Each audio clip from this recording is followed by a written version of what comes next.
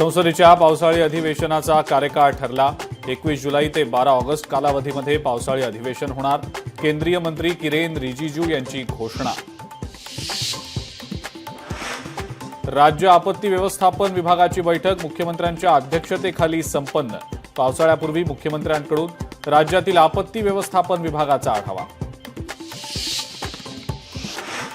उपमुख्यमंत्री एकनाथ शिंदेंच्या सर्व नियोजित बैठका रद्द। बैठकांमध्ये गैरहजर राहण्याचं कारण मात्र अद्याप अस्पष्ट। शनी शिंगणापूर देवस्थानच्या नावानं बनावट ॲप, भाविकांची मोठी आर्थिक लूट, कोट्यवधींचा गैरव्यवहार झाल्याचा काँग्रेसचा आरोप। रायगड जिल्ह्यामध्ये जड वाहनांना बंदी। शिवराज्याभिषेक सोहळ्याच्या पार्श्वभूमीवर निर्णय, प्रशासनाकडून आदेश जारी।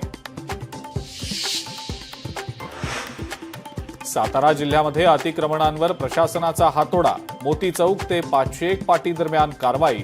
नो हॉकर झोन मधले सगळे स्टॉल पालिकेनं हटवले। प्रौढ साक्षरतेत तामिळनाडू, त्रिपुरा आणि दिल्ली आघाडीवर।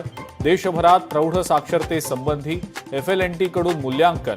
गुजरात, हिमाचल प्रदेश आणि उत्तराखंडमधली स्थिती गंभीर। पुणे शहरातल्या होर्डिंग्जचं सर्वेक्षण केलं जाणार। धोकादायक आणि बेकायदा होर्डिंग्जवर कारवाई होणार।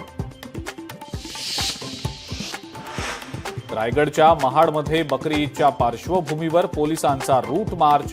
सुरक्षिततेच्या अनुषंगानं पोलीस प्रशासन सज्ज।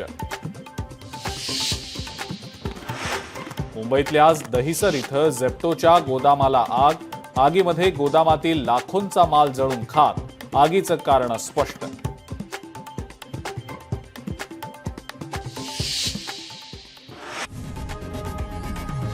लोकशाही मराठी ऐका, पहा, जागरूक रहा।